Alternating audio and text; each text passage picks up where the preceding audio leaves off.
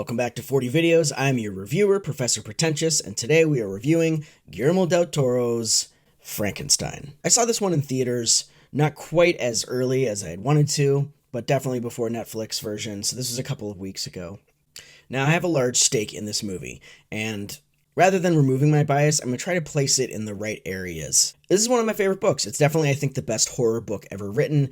I speak lengths about it in the Nosferatu review that I did almost a year ago, and I have assigned this to students for the past 3 years. And every year, students do find it challenging, but they really love it. Discussing these paradoxes, and particularly from a character perspective, is incredibly rewarding and reminds me of the point of the story, which is that it is about humanity. With my 7th graders, we read a lot of pieces of writing that have been adapted into film, and a lot of the focus discusses how do we adapt something, what elements do we look at when we look at a movie.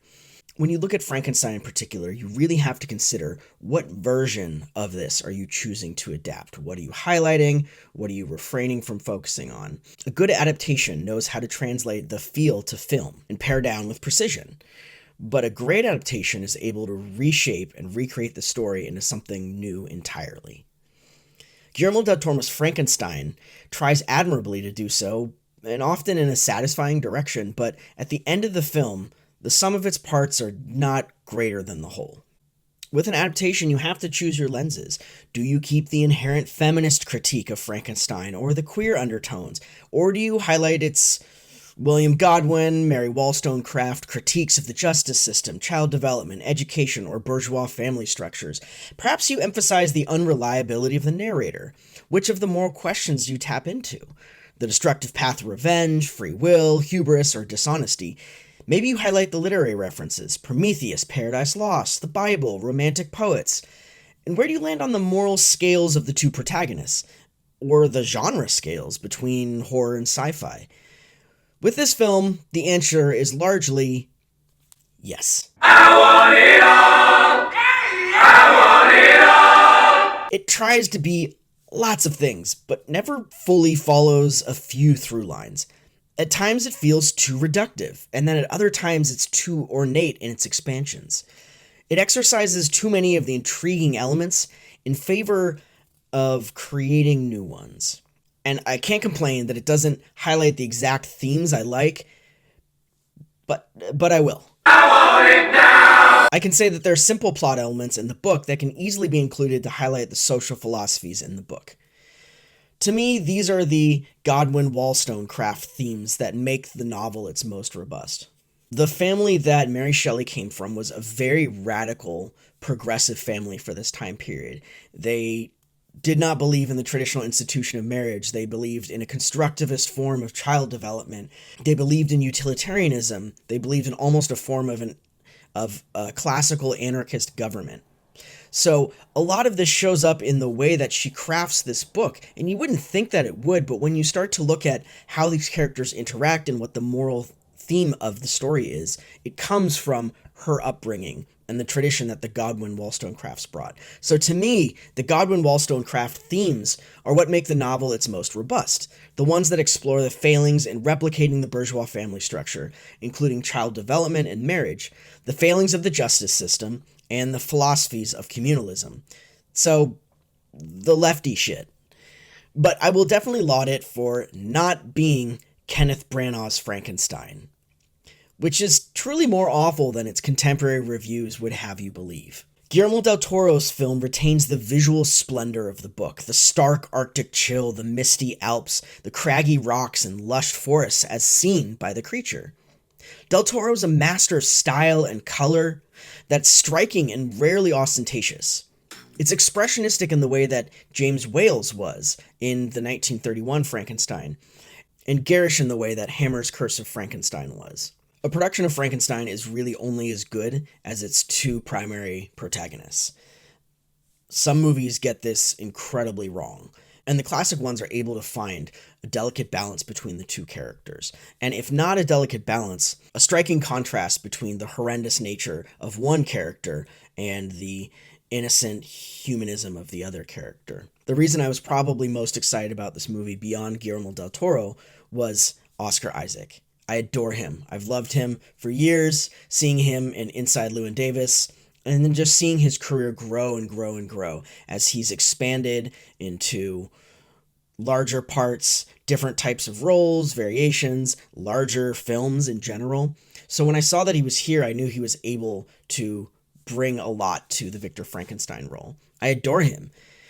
Oscar Isaac is probably one of my favorite actors working today of his generation. I know that one's used a lot, but of his age group. And for me, he's a reliable hear me out. He is a great Victor Frankenstein of a certain type, particularly the Colin Clive style from 1931. I used to take sides in the story, but I can still say I'm certainly not on Team Victor. But there's not enough verisimilitude in the character in this film. There aren't enough opportunities for pathos to merit a three-dimensional Victor Frankenstein. Victor's made into too much of an overtly arrogant villain, too overtly manipulative and callous. He's a monster, but for the wrong reasons. Most of the book shows how passivity and avoidance in the fear of injustice creates monsters. His entitlement, his inability to accept grief, his superficiality, and his hypocrisy shape him into a monster, choice by choice by choice. The more he avoids facing the reality of death in his life, the more the creature inflicts it upon him. The creature strips Victor of all of the connections that he had, of all of the human relationships, all of the things that gave him his elements of decency and community. This is such a resonant plot element to the book that gets excised from this movie. Instead, Victor starts out in the film with a more callous and cruel streak, rather than allowing his clinical fascination to supersede his basic regard for humanity as he goes through. Too much is shoehorned into his personality in this film, and many stepping stones are removed from his character path. As you might expect from Del Toro's filmography, there's a heavy focus on the creature here.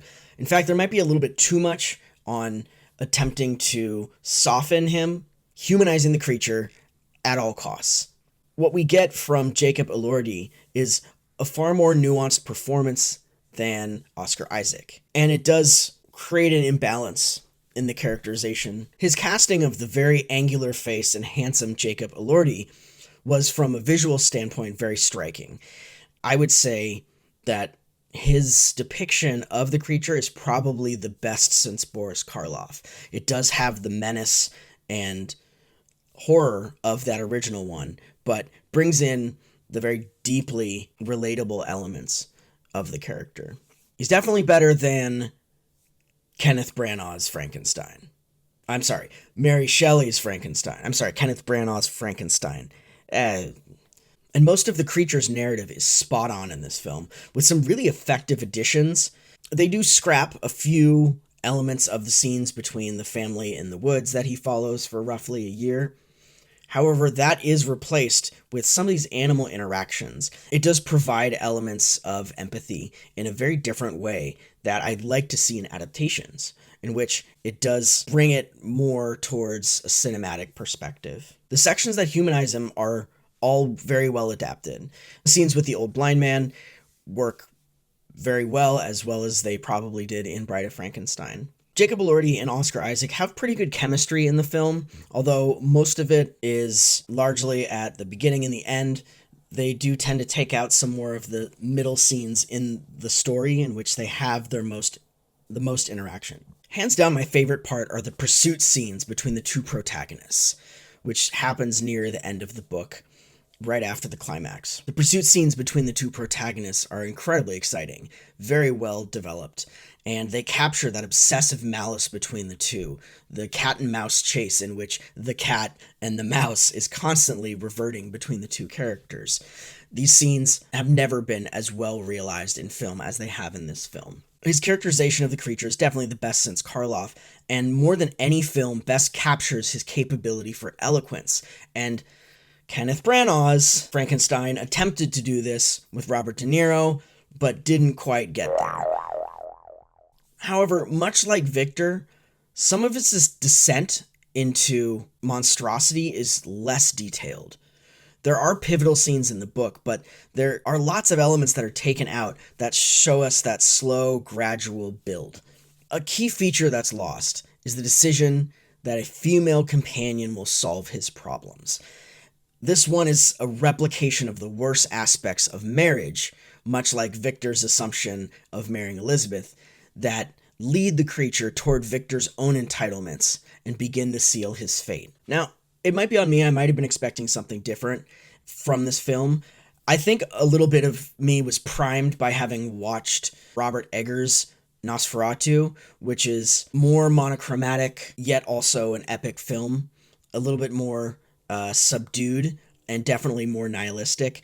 I was expecting something more along the lines of that. I think after having seen the success of Nosferatu and doing that, a smaller film with a wider scope. But, as I should have expected, really, Del Toro creates an operatic Frankenstein. From the length of the film, to the characters, the subplot, and the design, all of them work to shape a vivid melodrama in a way that, I can't emphasize enough, is far more satisfying than Kenneth Branagh's version. We can start from a design standpoint. This was evident in Del Toro in his really true first epic story of Pan's Labyrinth. You see a singular world in this film. The design is spectacular. It leans into the steampunk aesthetic that brings just enough credibility to this world to validate the creative anachronisms that Del Toro brings into the plot. These are the elements that really breathe life into the film and expand its visual scope in a way that Mary Shelley's Frankenstein first attempted to far lesser effect, largely because Kenneth Branagh is not a visionary director like Del Toro, but really more of a skilled imitator, much like an actor, but falls pretty flat on his face with Frankenstein. Now, he always had great costumers in his films, and the costumes in this one remind me of one of the best costume departments in a horror film ever, which was The Cell. And costumes in that film are often convey elements of characters and scene, which is a really unique and underutilized feature of costume design. This film is able to do it where Elizabeth is coming to see Victor's laboratory. She's wearing a costume designed to mimic the look of ligaments, much like the corpse on which Victor is experimenting and she eventually shows a fascination with. They convey elements of character, scene, not just colors, but the actual physical design, and not just the feeling of the character, but almost a foreshadowing. The design of the creature and his look is the most accurate to book that any film has created. The oversized, lanky, yellowed skin, black lips, and long black hair. Del Toro even retains the William Blake imagery in his look of the tall, hulking, pale-skinned person with a sort of arched nose, and he retains that William Blake imagery to echo Shelley's Romantic era influences that brought about the idea of Frankenstein to begin with. Much like the Gill Man in Shape of Water, the creature is made to look physically enticing, even attractive. It creates an element of softening him for viewers and elevating Elizabeth's interest in him. It is a little at the expense of the psychological depth of the character, and it does rely more on the visual, physical performance of Jacob Elordi to present this than, say, the screenplay or dialogue. Now, the comparison to Bram Stoker's Dracula, Francis Ford Coppola's Dracula, Bram Stoker's Dracula, that comparison is unavoidable here. One that I also see is Del Toro's focus on the Hammer Frankenstein films. It leans into the gore in a way that no other Frankenstein has since the Hammer movies, and does so in a way that completely matches the aesthetic of the film and really captures the repulsion that Shelley conveys as Victor describes the state of his lab in the book. She does this pretty remarkably, with very few mentions and much more the psychological sensation that he feels as he descends into this madness.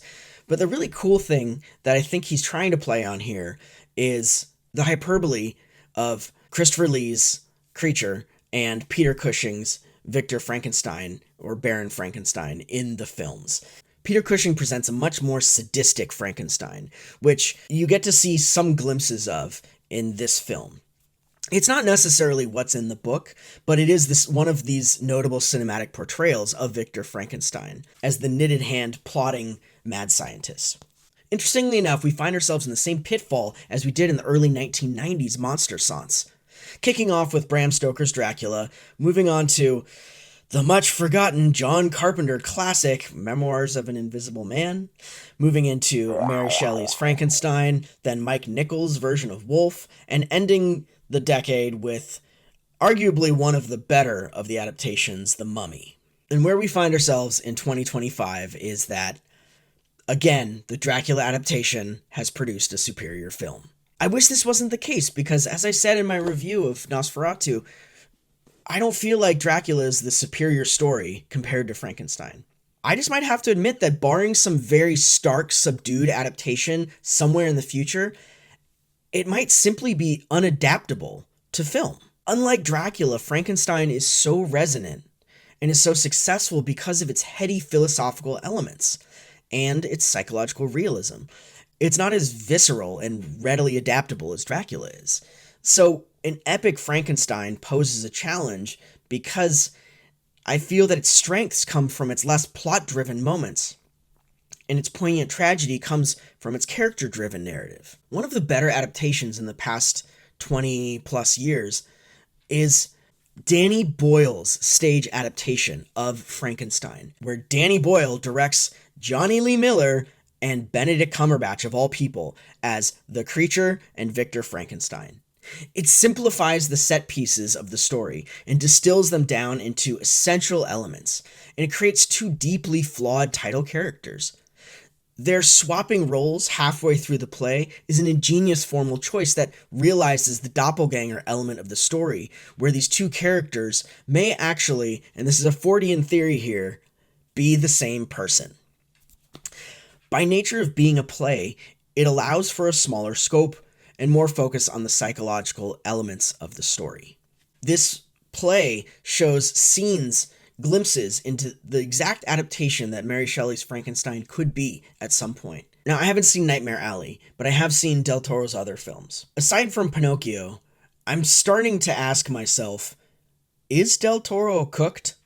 Because I look to his most enduring films, particularly The Shape of Water, which is a sort of Creature from the Black Lagoon retelling, and Crimson Peak, which is a Bronte pastiche. This film fits more into the realm of Pinocchio, where he shapes the classic narrative into something new. However, with Pinocchio, the story is more bare bones to begin with, allowing for and even requiring more development to make it a fully fledged film. Frankenstein, however, is the most thematically complex narrative in the science fiction or horror genres. So much is embedded in every plot point, and it maintains a delicate balance to carry each theme through the story. So creating something new with a story feels kind of like overkill.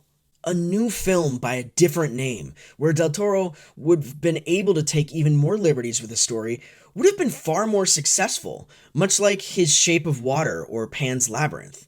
I haven't read the book of Poor Things, but I can say that the movie itself, in being a variation on Frankenstein, is something that to me is far more successful and memorable as a film than this version of Frankenstein. Del Toro has gone a little too far into Peter Jackson or Tim Burton territory, where his take on a story has begun to lose its luster. With every adaptation and without an original story, a director's unique vision begins to wear thin, and they risk becoming a stylistic mode rather than an artist themselves. As much as I like so many parts of this film and respect Del Toro as a filmmaker of immense imagination and integrity, I think this film has placed Del Toro into the modal territory.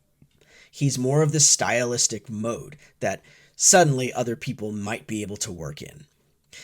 He's in need of another truly original film like his early to middle career, for to look at Kronos, Devil's Backbone, Pan's Labyrinth, nearing its peak around The Shape of Water.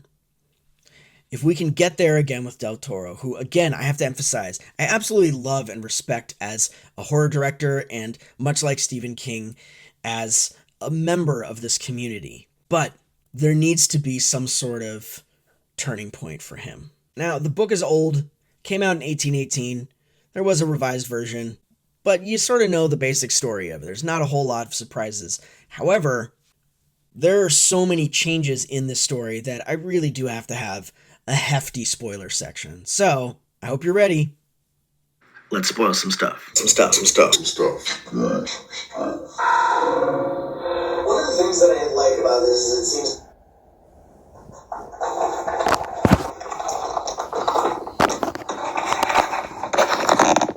I had to set some point in which I stopped noting the differences between the film and the book. And it's remarkable because there are a lot. And it still does capture the essence of the book in many ways that other films have never done before. But where I begin to fault it is that most of the changes in this film are made in service of supporting the new subplots that are added to it. The first one is the time period. The story is placed about 60 years later than in the novel, which was at the end of the 18th century. It seems that this is done mainly to place the story near the Crimean War, a little closer to more industrial development, and in a somewhat annoying, wanky filmmaker touch, closer to the advent of photography.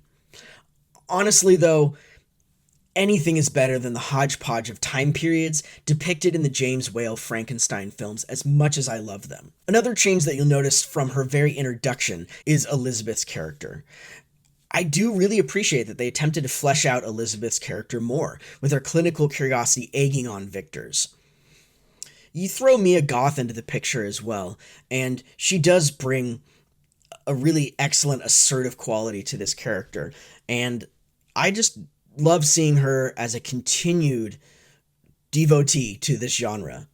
The added element of her engagement to William, Victor's brother, which of course never happened in the book, creates an interesting parallel with the creature's own desire for her, just like Victor's desire. Yet of all these changes, her character is largely cast aside in the final section of the film, much like in the book. This made her act in service of Victor's character largely, and this is one of the issues it seems to try to amend from the book, but ends up falling into the same territory in the end by leaving her out of those sections. One of the understandable changes it makes is paring down the captain's narrative. This is likely a wise choice, as in a film, this seems more or less like a frame narrative. Shelley does her best to make the Captain Walton section relevant and character-driven, beyond just a frame narrative. The section does characterize him as overly ambitious, stubborn, and optimistic, and the metaphor of getting himself frozen in ice amidst his own obsessive discovery all align very well with Victor's characterization. You do get some elements of it, and in this film it's far more effective, again, than in Kenneth Branagh's Frankenstein. There are two key characters that have been removed from this story that, to me, given what they add to the story, seems a large mistake. This is the removal of Henry Clerville, which is Victor's best friend, and Justine Moritz, which was the unacquitted, falsely accused murderer of William. Removing Clerville from the story removes the elements of Victor that help humanize him to us, that show him and readers the value of community and companionship in forging empathy and moral identity. They also show us that he's at some level tolerable and is able to keep a friend who's not his own blood relation. And Shelley does this in a way that creates a doppelganger of who Victor could be were he not to take these paths of egotism, self-obsession, and inability to accept death. Another element of the story is this trial of Justine, which helps identify the problem of circumstantial evidence and how it aligns with the arbitrary superficiality that judges the creature by appearance, of which Victor himself is the most guilty. It also reinforces the injustice readers and Victor feel for her death, and emphasizes his own hypocrisy and impotence in not revealing the creature as William's true murderer. And again, this doesn't take up much of the story, but it sets a really unique subplot that, were it added into the story, continues to elevate the humanistic elements of it. Another thing the story does that many of the Frankenstein adaptations also does is it removes his father, Baron von Frankenstein, from the story pretty early on. The fact that the Baron dies early in the story betrays the fact that Victor often has guidance from a parental figure to accept support, embrace acceptance, and proceed with kindness, all aspects that Victor chooses to ignore. In the film, he's presented as cold, harsh, and unavailable, whereas in the book, he's more unavailable when Victor is younger. So Baron isn't so much the problem, but it's how Victor perceives and interacts with him. We do see a little bit of this in the movie, but not to the extent that you can see in the book. I think one of the problems this creates is the key aspect of tragedy, and looking at that tragic flaw that Victor has of hamartia, or hubris. And tragedy isn't merely defined by bad things happening to flawed people or people we root for. It comes from a character like Victor rejecting opportunities again and again to course correct. The Baron provides many of these opportunities, and unlike Victor, the story suggests he dies from the grief of all of the losses, whereas Victor, unable to accept the grief of the losses and forgive, becomes his own type of monster fueled by vengeance. Now, again, I can't chastise other films for excising the element of attempting to make another bride. The Bride of Frankenstein did it in such a beautiful, iconic way that it became hard to ignore or avoid in other sections of the films. So other films cut it out altogether, or they leaned into it to the point that they themselves created another monster. Again, look to Kenneth Branagh. For those of you who haven't read it, sorry, spoilers for this 200-year-old novel. He attempts to make the bride, but never actually succeeds. This is an incredibly resonant part of the story, a very poignant one of the more horrific and fatalistic portions, representing a pivotal change in Victor's fate. Again, the same aspect of hamartia. He gets the opportunity to make a different choice, and he decides not to. But it is a difficult choice, and is a really rich character decision.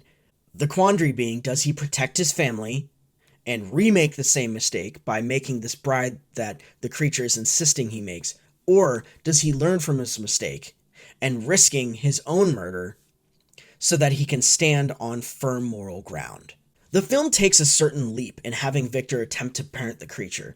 Now, this could be done very well if they had spent more time, maybe even a half an hour of focus on this. If they had turned this more into the plot, rather than the creature being an autodidact in having to observe this family in the woods.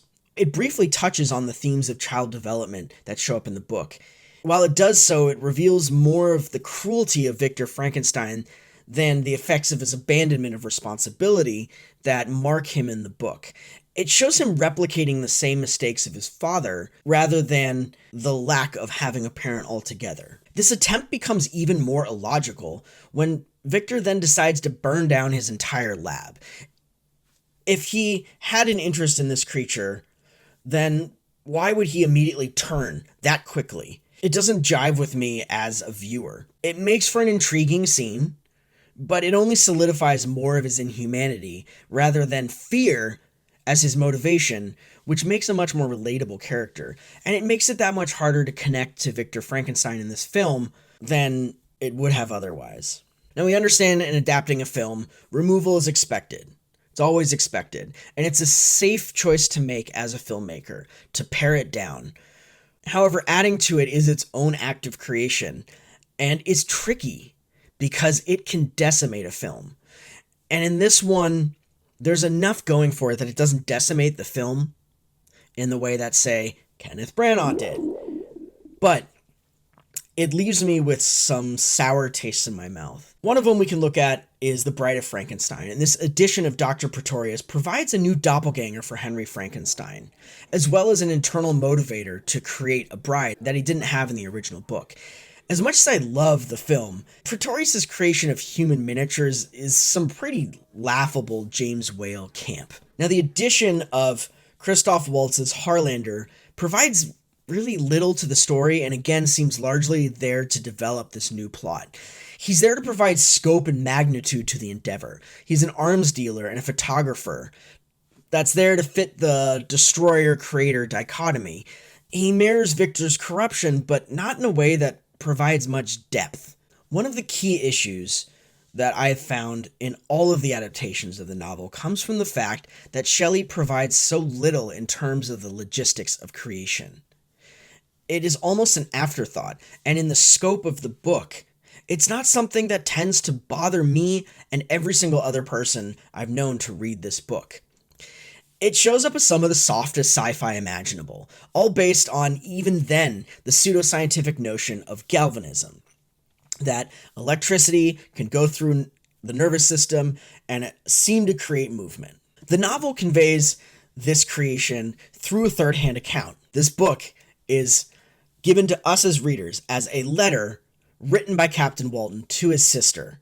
And in this letter, Captain Walton is describing what Victor has told him. There are many, many layers of removal. And this element covers for the description, or the lack of description, by Victor having to choose not to go into detail, one, to avoid having somebody recreate the process, and two, in a way that does seem realistic that he wouldn't remember all of this or feel the need to go into it. It creates a really satisfying ambiguity to the story that's lacking in every single adaptation. Every film makes the creation a central set piece, ostensibly for the sake of theatricality. In the book, it's less than 2 short chapters. The effect of creating this and attempting to build this as a set piece makes every film lose the purpose of the story in the details. This gets worse and worse as the films have gone on, to the point that the last true adaptation, thank you Branagh, again, shows him attempting to use electric eels to create this form of galvanism, and it betrays the ultimate focus of the story. The isolation with which he creates, the influence of the alchemic forces, the almost impulsive nature of the creation works more symbolically in the narrative than it does realistically. It feels more like a fever dream in a way, which is pretty close to how she initially conceived of this story. This film in particular triples down on the deliberate act and the hard sciences, not only needlessly detailing the contraptions, but making almost everybody contribute to the act of this creation, which betrays the whole nature of the secret creation that motivates the story. To me, it's one of the stupidest decisions that this film makes. It adds in this idea of using the lymphatic system to help reanimate the body, and it's intriguing, and it adds in this element of immortality to the story. It could be a further reference to Prometheus's punishment of the eagles that devour his liver, only for that liver to regenerate to be later devoured for eternity. And it's unique, but ultimately I wonder to what purpose. The ambiguity of the story is more interesting to me, that we're uncertain of his ability to die since he's not naturally alive. There are some really strong parts to this, and there's even a really excellent chunk of the film in which I felt like I was thrown straight into the book, and this was exactly what I was hoping for in the film. I want it all! The weaker parts really are this first third that I just discussed, and the last 5 minutes of the film. Much of this comes off in this less nuanced characterization of Victor. The first third draws out the drama of the subplots of Victor's discoveries and the building of the machines. All this, and there still isn't much dedicated to Victor's character development. As an audience, we don't see the genuine curiosity turn to ambition and the hurt that he feels of mourning and rejection from his teachers and rejection from the practice of authentic science. We don't see all of that turn to rebellion. And then alternately, when his brother is murdered, Victor's been such an asshole to William throughout the film that he hasn't shown enough actual care to his brother to merit our sympathies, or at least to understand his choice to avenge his brother after he's killed. More crucially, the end does not give us any compunction to accept his redemption. And this is where I feel there's a fatal flaw in this movie. I keep an open mind. If a film is going to change something and it changes it to create the effect of the book in a way that the words cannot translate to film, to a visual medium, then I'm pretty happy with that.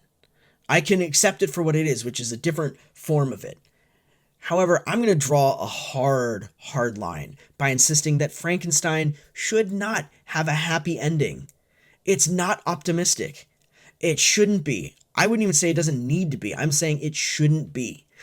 It's like if Oedipus hadn't gone blind, or Hamlet forgave Gertrude and Claudius, or if it turned out that Sophie didn't have to make that choice and got to have her cake and eat it too. It betrays the whole concept of the story. The fact that Victor fully realizes the error of his ways, the error of his betrayal of his son in particular. At the end of the book, he does kind of waffle back and forth. He leans much more on the side of regretting that he had done this. Yes, regretting that it affected all of these people that he loves so much. It still is more selfish, and he is leaning more on the side of regretting that he created this, that he ventured too far, and that he tried to seek out the fire. What he doesn't seem to show any remorse for is the abandonment of the creature. However, this film seems to want to redeem him for all of that. He apologizes to the creature at the end that he should have been his father. And this to me simply doesn't work. It betrays the whole concept of the story, that the ultimate tragedy that these two people turned each other into monsters, that revenge and hubris end in isolation and inhumanity. The fact that Victor is suddenly redeemed by accepting his parent role, and that the creature is set free by his own desire to live life to the fullest, is the biggest tragedy this film brought out. It seems that Del Toro is emphasizing the last section of the Prometheus myth, where Hercules frees Prometheus, but much of the story doesn't work as a result of that. Del Toro's attempt to utterly vindicate the monsters in his films doesn't play with me in this film, because that's not what makes this story great to begin with. So all in all, there are some moments of greatness in this film. There's some outstanding performances, particularly from the two leads, and it may very well grow on me, much like how Bram Stoker's Dracula did. But it's nowhere near what I know this film could be.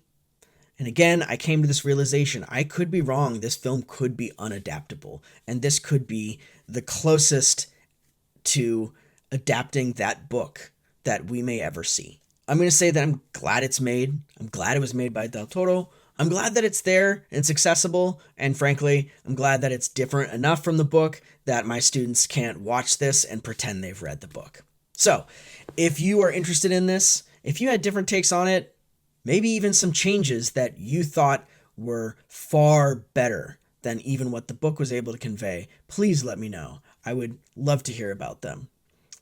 So, I'm Professor Pretentious. This has been 40 Reviews. I'll see you next time. Bye. I want it all. I want it all.